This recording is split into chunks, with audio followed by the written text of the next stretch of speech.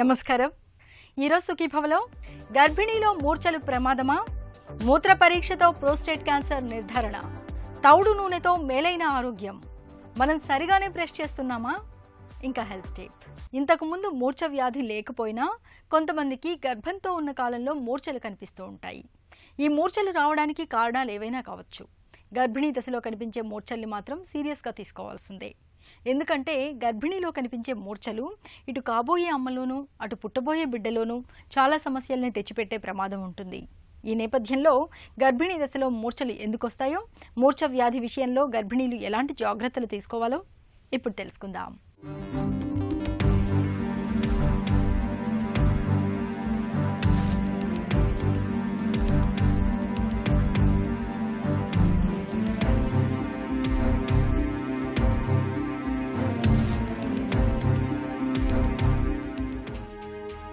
మనం మూర్ఛ అని పిలుచుకునే ఫిట్స్ అంటే అందరికీ భయమే.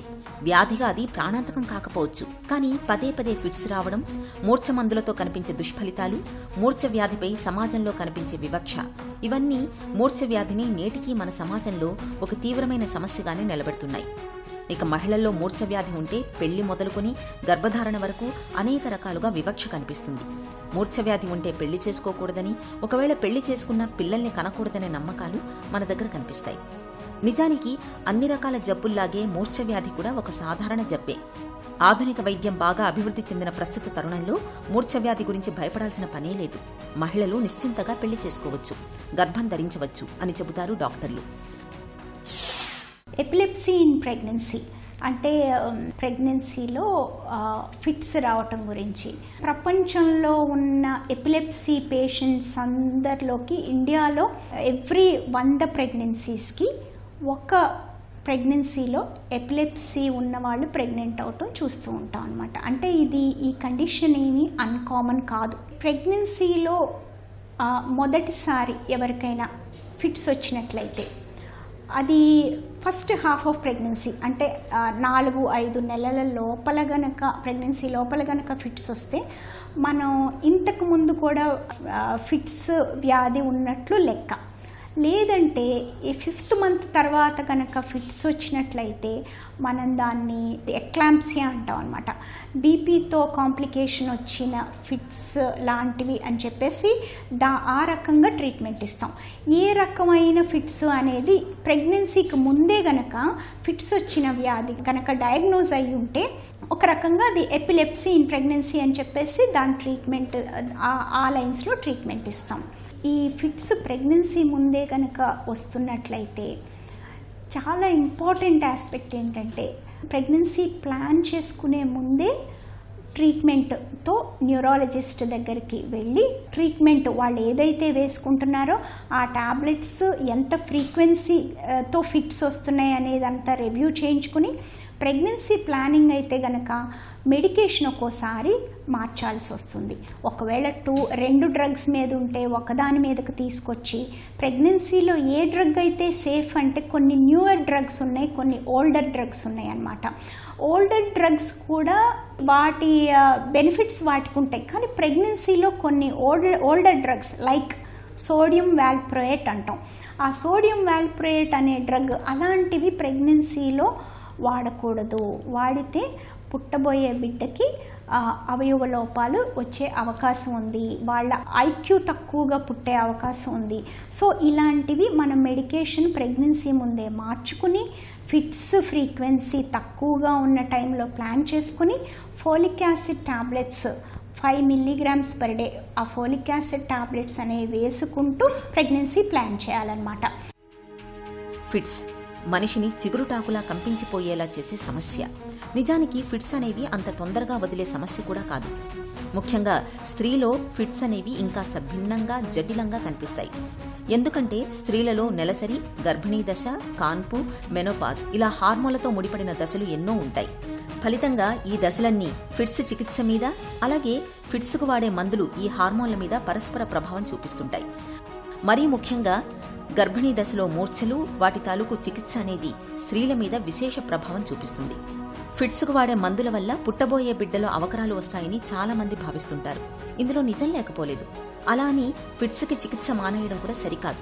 అందుకే సరైన వైద్య నిపుణుల పర్యవేక్షణలో గర్భిణీలు ఫిట్స్ చికిత్సను కొనసాగించాల్సి ఉంటుంది. ఎపిలెప్సీ కండిషన్లో కూడా ఈ ప్రెగ్నెన్సీలో ఒక లో risk group, high risk group అనేది డివైడ్ చేసుకోవాలన్నమాట. ఏంటంటే ఇప్పుడు హై రిస్క్ వచ్చేసి ఎవరైతే లాస్ట్ 1 ఇయర్లో ఫ్యూ ఫిట్స్ ఎపిసోడ్స్తో హాస్పిటల్కి అడ్మిట్ అయ్యారో, ఎవరైతే కాంపౌండింగ్ ఫ్యాక్టర్స్ అంటే ఇంకా వేరే రకంగా కూడా ఏది సివియర్ డిప్రెషన్తో కానీ స్ట్రెస్తో కానీ వీటితో ఉన్నారో, వీళ్ళని 2 డ్రగ్స్ మీద 3 మీద ఉన్నారో, హై డోస్ మీద ఉన్నారో వాళ్ళని హై రిస్క్ కింద చూడాలన్నమాట. ఇకపోతే లో రిస్క్ గ్రూప్ లాస్ట్ 10 ఇయర్స్ ఎప్పుడు ఫిట్స్ రాలేదు, ఒకే మెడికేషన్ మీద ఉన్నారు, హై డోస్ మీద లేరు, వీళ్ళని మనం లో రిస్క్ కింద క్లాసిఫై చేయొచ్చు. ఇకపోతే ఈ ఫిట్స్ వచ్చే ప్రెగ్నెంట్ విమెన్ ఈ హార్మోన్స్ వల్ల కానివ్వండి, ప్రెగ్నెన్సీ స్ట్రెస్ వల్ల కానివ్వండి, డిప్రెషన్ అనేది చాలా కామన్ ఎలిమెంట్ అన్నమాట. బాగా సివియర్ డిప్రెషన్కి వెళ్ళిపోయిన సిచ్యువేషన్ కనిపిస్తుంటే మనం ఆ న్యూరో సైకాట్రిస్ట్కి అది రిఫర్ చేసి వాళ్ళ ఎక్స్పర్ట్ ఒపీనియన్ అదంతా తీసుకోవాలన్నమాట. ఇక డెలివరీ టైం వచ్చేసరికి డెలివరీ నార్మల్ డెలివరీ అవ్వచ్చు, సిజేరియన్స్ కావచ్చు, దేనికైనా కూడా పర్టికులర్గా ఎపిలెప్సీ ఉంటే సిజేరియనే చేయాలనేది ఏం లేదు. కాకపోతే పెయిన్స్ వచ్చేటప్పుడు పెయిన్ రిలీఫ్ చాలా బాగా లుక్ ఆఫ్టర్ చేయాలన్నమాట. ఎపిడ్యూరల్ అంటే వెన్నులోకి మత్తు ఇంజెక్షన్ ఇవ్వటం లాంటి ఎపిడ్యూరల్ కన్సిడర్ చేయొచ్చు, లేకపోతే మన వేరే డ్రగ్స్ పెయిన్ రిలీఫ్ కోసం మాత్రం ఇవ్వాలి. తర్వాత బేబీని కంటిన్యూస్గా మానిటర్ చేసుకోవాలి. మదర్ ఎగ్జాస్ట్ అవ్వకుండా, సీరియస్ స్ట్రెస్లోకి వెళ్ళకుండా, డీహైడ్రేట్ అవ్వకుండా, అంటే ఏ రకమైన వేరే కాంప్లికేషన్స్ ఫిట్స్ రావటానికి ప్రీడిస్పోజ్ చేసే ఫ్యాక్టర్స్ ఏమీ లేకుండా చాలా కేర్ఫుల్గా చూసుకోవాలి. గర్భిణీ సమయంలో ఫిట్స్ ఒక్కొక్కరిలో ఒక్కోలా మార్పు చెందే అవకాశం లేకపోలేదు. కొందరిలో ఫిట్స్ వచ్చే శాతం తగ్గుతుంది. అలా కాకుండా కొందరు గర్భిణీలలో నిద్ర పట్టక, మందులు సరిగ్గా వాడకపోతే మాత్రం గర్భిణీ సమయంలో మూర్ఛలు వచ్చే శాతం పెరుగుతుంది. నిజానికి గర్భం ధరించిన సమయంలో ఎలాంటి మందులు వాడినా అవి పుట్టబోయే బిడ్డలో గ్రహణం మొర్రి, డౌన్ సిండ్రోమ్ లాంటి ఎదుగుదల లోపాలు, గుండెలో లోపాలు, మూత్ర వ్యవస్థలో లోపాలు, ఇలా రకరకాల సమస్యలు వచ్చే అవకాశం ఉంటుంది. మూర్ఛలకు మందులు వాడే గర్భిణీల్లో పుట్టబోయే బిడ్డల్లో ఈ అవకరాలు వచ్చే శాతం మరింత పెరిగే అవకాశం ఉంది. అయినప్పటికీ కూడా డాక్టర్ పర్యవేక్షణలో ఉంటూ మందులు వాడడమే మంచిదని చెబుతారు. డెలివరీ తర్వాత ఫస్ట్ 10 డేస్లో కూడాను చాలా కేర్ఫుల్గా ఫిట్స్ వచ్చే ఛాన్సెస్ కొంచెం ఎక్కువగా ఉంటాయి కాబట్టి చాలా కేర్ఫుల్గా మానిటర్ చేయాలి. బార్న్ బేబీకి కూడా ఇమ్మీడియట్గా నవజాత శిశువులను చూసే ఎక్స్పర్ట్స్తో ఎపిలెప్సీ ప్రాబ్లం చెప్పి ఏ విధమైన తల్లి యూజ్ చేసే మెడికేషన్స్ మొత్తం లిస్టు వాళ్ళకి ఇచ్చి, ఆ డ్రగ్స్ తల్లి నుంచి బేబీకి వెళ్ళినాయి కాబట్టి ఆ టాబ్లెట్స్ వల్ల వచ్చే సైడ్ ఎఫెక్ట్స్ బేబీలో ఏమైనా ఉంటాయో వాళ్ళు జాగ్రత్తగా చూసుకోవాల్సి ఉంటుంది. ఈ టాబ్లెట్స్ వల్ల ఒక్కోసారి ఈ బ్లీడింగ్ ప్రాబ్లమ్స్ అయి ఉంటాయి అన్నమాట బేబీలో. అందుకని విటమిన్ K ఇంజెక్షన్ వాళ్ళు వెంటనే ఇస్తారు.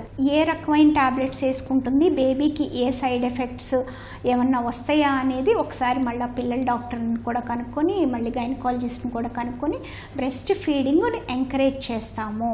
ప్రెగ్నెన్సీలో ఒక్కోసారి ఫిట్స్ టాబ్లెట్స్ డోసేజ్ పెంచాల్సి వస్తుంది.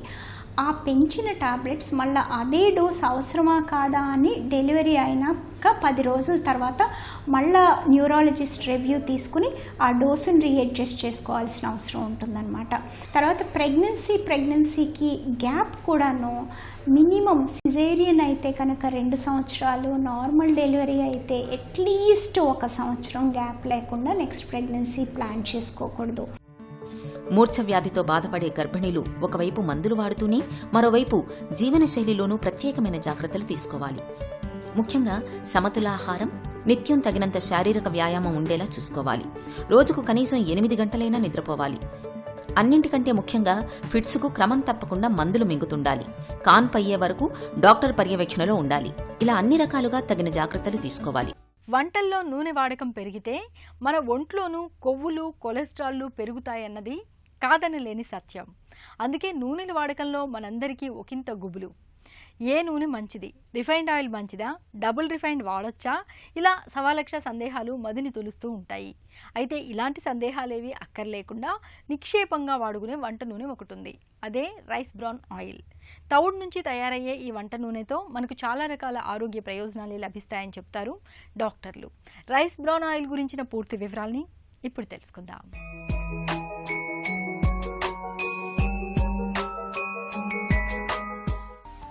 గింజ ధాన్యాలు అవి ఏవైనా కావచ్చు. వాటిలో పోషకాలన్నీ గింజ పైపొరల్లోనే ఎక్కువగా ఉంటాయి. వరి గింజల్లోనూ అంతే. అయితే మనం నాగరికత పేరుతో బియ్యాన్ని బాగా పాలిష్ పట్టించేస్తూ పోషకాలన్నింటినీ తవుడు రూపంలో బయటకు వదిలేస్తున్నాం. ఇలా బయటకు వదిలేస్తున్న తవుడు నుంచి ప్రత్యేక పద్ధతిలో వంట నూనెను తయారు చేయడం వల్ల వాటిలోని పోషకాలన్నీ మనం రైస్ బ్రాన్ ఆయిల్తో తిరిగి పొందగలుగుతున్నాం. మిగతా నూనెలతో పోలిస్తే రైస్ బ్రాన్ ఆయిల్లో ప్రోటీన్లు, పాలీసాకరైడ్స్, పీచు వంటి పోషకాలు ఎక్కువ, కొవ్వులు తక్కువ. ఈ ఆయిల్లో తక్కువ కొలెస్ట్రాల్ ఉండడంతో గుండెకు ఎలాంటి హాని జరగదు. కొలెస్ట్రాల్ తక్కువగా ఉండడంతో బరువు కూడా తగ్గే అవకాశం ఉంది. రైస్ బ్రాన్ ఆయిల్లో విటమిన్ ఈతో పాటు ఇతర యాంటీ ఆక్సిడెంట్లు ఎక్కువగా ఉంటాయి. ఇవి క్యాన్సర్ల ముప్పును బాగా తగ్గిస్తాయి. అలాగే రోగ నిరోధక శక్తిని పెంచుతాయి. నోటికి అంటుకోదు. దీనివల్ల ఆహారం యొక్క అసలు రుచి నోటికి తగులుతుంది. ఎక్కువ డిగ్రీల దగ్గర ఈ ఆయిల్ మరగడం వల్ల ఆహార పదార్థాల్లోకి రైస్ బ్రాన్ ఆయిల్ ఎక్కువగా చేరదు. ఇక పూరీ లాంటి ఆయిల్ ఫుడ్ తిన్నప్పుడు కూడా పొట్ట తేలికగా ఉంటుంది. తక్కువ కొలెస్ట్రాల్, విటమిన్ ఈ సమృద్ధిగా ఉండే రైస్ బ్రాన్ ఆయిల్ ధర కూడా తక్కువే కావటం విశేషం. ఉదయం లేవగానే బ్రష్ చేసుకోవడం మనందరికీ అలవాటే. కానీ మనలో ఎంతమంది సరిగా బ్రష్ చేస్తున్నారు అంటే చెప్పడం కష్టం. నోట్లో బ్రష్ని అలా ఇలా తిప్పేసి నోటిని కడిగేసే వాళ్లే ఎక్కువ మంది మనకు కనిపిస్తూ ఉంటారు. కొంతమంది అయితే బ్రష్ని అడ్డంగా నిలువుగా ఇష్టారీతిన పళ్ళకేసి రుద్దుతుంటూ ఉంటారు. సగటున 2 నిమిషాలకు మించి మనలో ఎవరూ బ్రష్ చేయరని డాక్టర్లు చెప్తారు. ఈ నేపథ్యంలో పళ్ళు తోముకోవడంలో నిత్యం మనం చేస్తున్న పొరపాట్లేమిటో, దంతధావనంలో ఎలాంటి జాగ్రత్తలు తీసుకోవాలో డాక్టర్ని అడిగి ఇప్పుడు తెలుసుకుందాం.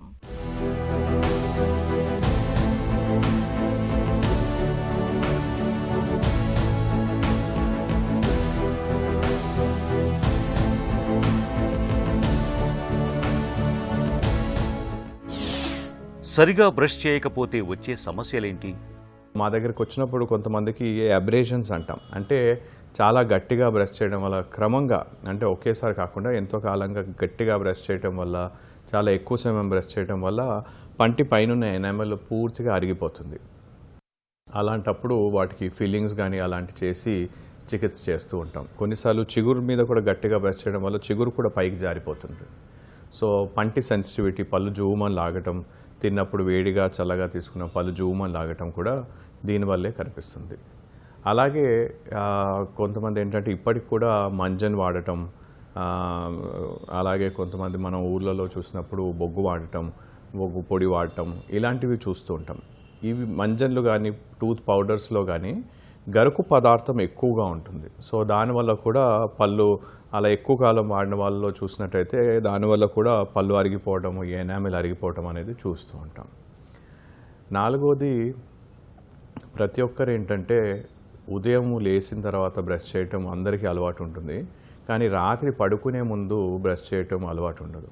రాత్రి పడుకున్నట్టు పళ్ళ మధ్యలో ఏమైనా ఇరుక్కొని ఉన్నప్పుడు అవి కుళ్ళి మనకి అవి కొన్ని రసాయనాలు ఉత్పత్తి చేస్తాయి. ఆ రసాయనాలు మన దంతాల్ని, చిగుళ్ళని దెబ్బతీస్తాయి. సో ఆ సమయంలో బ్రష్ చేసుకోవడం చాలా ముఖ్యం. పళ్ళ మధ్య ఇరుక్కున్న పదార్థాలని నైలాన్ ఫ్లాస్తో ఫ్లాసింగ్ చేసి తొలగించడం చాలా ఇంపార్టెంట్. ఇంకోటి ఏంటంటే నోటి పరిశుభ్రత, బ్రషింగ్తో పాటు నాలుకని పరిశుభ్రత చేసుకోవడం చాలా అలాగే ఇంపార్టెంట్. ఎందుకంటే నాలుక పైన సన్నటి పాపిలే అని అంటాం. సో వీటిలో కూడా ప్లాక్ ఇరుక్కొని నోటి నుండి దుర్వాసన రావటము, లేదంటే కొన్ని ఇన్ఫెక్షన్స్లో దానివల్ల నోటి దుర్వాసన ఇన్ఫెక్షన్స్ రావటం, ఇవన్నీ కూడా చూస్తుంటాం. సో టంగ్ క్లీనర్తో నాలుకని శుభ్రం చేసుకోవడం కూడా పంటితో మన నోటి పరిశుభ్రత ఒక భాగం. బ్రషింగ్ ఎలా చేయాలి? నోటి పరిశుభ్రత లేదంటే సరైన పద్ధతిలో బ్రషింగ్ ఎలా చేయాలనేది ఇప్పటికీ చాలామందికి సరిగ్గా తెలియదండి. సో మేము మా దగ్గరకు వచ్చే పేషెంట్స్లో మేము కొంతమందిని చూసే కామన్ ప్రాబ్లమ్స్లో ఏంటంటే బ్రషింగ్ చేసేటప్పుడు సైడ్ టు సైడ్ బ్రషింగ్ చేయడం అనేది చాలా కామన్ అండి. సో ప్రతి ఒక్కరు ఏంటంటే బ్రష్ చేసేటప్పుడు side to side brushing, horizontal brushing చేయడం చూస్తూ ఉంటాం. సో సరి అయిన పద్ధతి ఏంటంటే పైనుండి కిందికి, కింది నుండి పైకి గుండ్రంగా పళ్ళు చిగుళ్ళు మసాజ్ అయ్యేలా బ్రష్ చేయటం. రెండోది ఏంటంటే మా దగ్గరకు వచ్చినప్పుడు పేషెంట్స్ పంటి ముందు వైపు మనకు కనిపించే వైపు పళ్ళు బాగా శుభ్రంగా ఉంటాయి, కానీ నాలుక వైపు అంటే నాలుక ఎటువైపు ఉంటుందో ఆ సర్ఫేస్ పైన గార కట్టడం, పంటి వెనక వైపు జ్ఞానదంతం ఉండే వైపు అక్కడ గార కానీ క్యావిటీస్ కానీ చూస్తుంటారు. సో మనం పంటి ముందు వైపు ఎలా బ్రష్ చేసి ఎంత టైం కేటాయిస్తామో అంతే టైం పంటి వెనక వైపు అంటే నాలుకున్న వైపు కూడా ఆ సర్ఫేస్ లింగ్వల్ సర్ఫేస్ అని అంటాం, అటువైపు కూడా అంతే టైం స్పెండ్ చేసి బ్రష్ చేయడం ఇంపార్టెంట్. ఒక బ్రష్ను ఎంతకాలం వాడొచ్చు?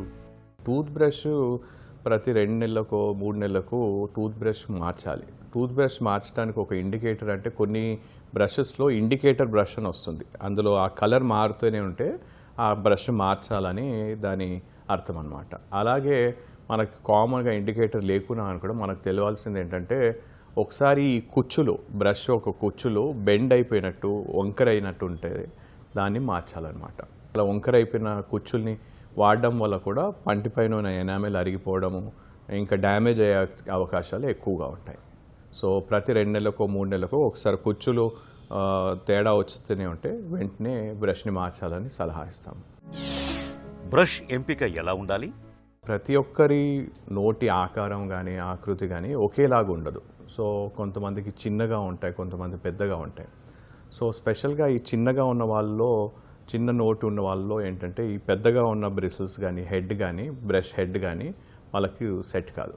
సో ప్రతి ఒక్కరు కూడా ఒక 2-3 బ్రషెస్ వాడి వాళ్ళకి ఎలాంటిది సెట్ అవుతుంది చూసి దాని ప్రకారం యూజ్ చేయాలి. ఇందులో ఏంటంటే స్పెషల్గా ఇందులో వాళ్ళు నోట్ చేయాల్సింది ఏంటంటే పంటి వెనక భాగం వరకు కూడా వాళ్ళు సరిగా ఆ బ్రష్ అందుతుందా లేదా అనేది.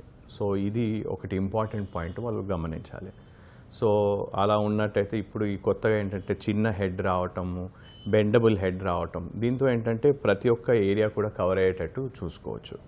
రెండోది ఈ కొత్తగా మనకేంటంటే powered tooth brush, electronic tooth brushes కూడా మనకు అందుబాటులో వచ్చాయి. సో స్పెషలీ తొందరగా బ్రష్ చేసుకునే వాళ్ళకి అంటే మనకి ఇప్పుడున్న పరిశోధనలో మనకు తెలుస్తుంది ఏంటంటే ఈ పవర్ టూత్ బ్రష్తో మనం బ్రష్ చేసుకున్నప్పుడు నార్మల్ టూత్ బ్రషింగ్ కన్నా మనకి రిజల్ట్స్ బాగా ఉంటాయని. ఇందులో ఒక్క ప్రికాషన్ ఏం తీసుకోవాలంటే నార్మల్గా మనకి కొద్దిగా టైం 5 నుండి 7 నిమిషాలు అలా మనము బ్రష్ చేసుకోవడం అలవాటు ఉంటుంది. సో ఈ పవర్ టూత్ బ్రష్తో మనము కొన్నిసార్లు కొంతమంది కంటే ఎక్కువ సమయం బ్రష్ చేసుకోవడం అలవాటు ఉంటుంది. సో పవర్ టూత్ బ్రష్తో చాలా ఎక్కువ సమయం మీరు బ్రష్ చేసినా కూడా దానివల్ల పంటి ఎనామెల్ వేర్ ఆఫ్ అవ్వడం అంటే అరిగిపోయే అవకాశాలు ఎక్కువగా ఉంటాయి. సో దానికి ఎంత సమయం ఒక పంటి మీద పెట్టాలి అంతవరకే పెట్టేసి దాన్ని బ్రష్ చేయాలి. రెండోది చాలామంది ఇంకో కామన్ మిస్టేక్ ఏంటంటే ఎలాంటి బ్రష్ అయినా కూడా పంటి లాస్ట్ జ్ఞానదంతం వరకు అందదు అని అంటుంటారు. వాళ్ళకి ఏంటంటే బ్రష్ చేసేటప్పుడు ఈ టూత్ బ్రష్ని నోరు మూసుకొని ఆ టూత్ బ్రష్ లోపల పెట్టి లాస్ట్ భాగాన్ని బ్రష్ చేయాలి. ఎందుకంటే కామన్గా ఏంటంటే నోరు ఓపెన్ చేసినప్పుడు ఇక్కడ మ్యాండిబుల్ ఒక బోన్ ఉంటుంది. సో ఆ బోన్ మనకి ఆ జ్ఞానదంతం పైకి దగ్గరకు వచ్చేస్తుంది. సో అలా దగ్గరకు వచ్చినప్పుడు మన బ్రష్ ఆ జ్ఞానదంతానికి అందదు. అలాంటప్పుడు నోరు మూసుకొని బ్రష్ చెంపవైపు పెట్టేసి ఆ లాస్ట్ పన్ను బ్రష్ అయ్యేలాగా చూసుకోవాలి. దంతధావనానికి ఏ పేస్ట్ వాడాలి? నార్మల్గా ఏ టూత్ పేస్ట్ అయినా జస్ట్ 5% డిఫరెన్స్ ఉంటుంది. సో ఇప్పుడు వచ్చిన అన్ని టూత్ పేస్ట్లు మోరలెస్ సేమ్. సో మీకు ఎలాంటి టూత్ పేస్ట్ సెట్ అవుతుందో యూజ్ చేసుకోవచ్చు. రెండోది కొంచెం పళ్ళు అరిగిపోయిన వాళ్ళకి, సెన్సిటివ్ ఉన్న వాళ్ళకి డీసెన్సిటైజేషన్ టూత్ పేస్ట్లు వాడమని చెప్తూ ఉంటాం, సలహా ఇస్తూ ఉంటాం. సో ఆ డీసెన్సిటైజేషన్ టూత్ పేస్ట్ వాడినప్పుడు కూడా నార్మల్ బ్రషింగ్ చేసే టూత్ పేస్ట్ని మాత్రం ఆపకూడదు. సో ఆ డీసెన్సిటైజేషన్ టూత్ పేస్ట్తో పాటు పళ్ళు శుభ్రంగా ఉంచుకోవడానికి నార్మల్ టూత్ పేస్ట్ వాడటం కూడా దాంతోపాటు ఇంపార్టెంట్. బ్రష్ చేసుకోవడంలో నిత్యం మనం ఎలాంటి పొరపాట్లు చేస్తున్నామో దంతధావనంలోనూ బ్రష్లు టూత్పేస్ట్ల ఎంపికలోనూ ఎలాంటి జాగ్రత్తలు తీసుకోవాలో తెలుసుకున్నాం కదా. ఇక ఈరోజు కార్యక్రమాన్ని ముగించే ముందు ఆంధ్ర హాస్పిటల్ సమర్పించే ఒక చిన్న చిట్కా మీకోసం.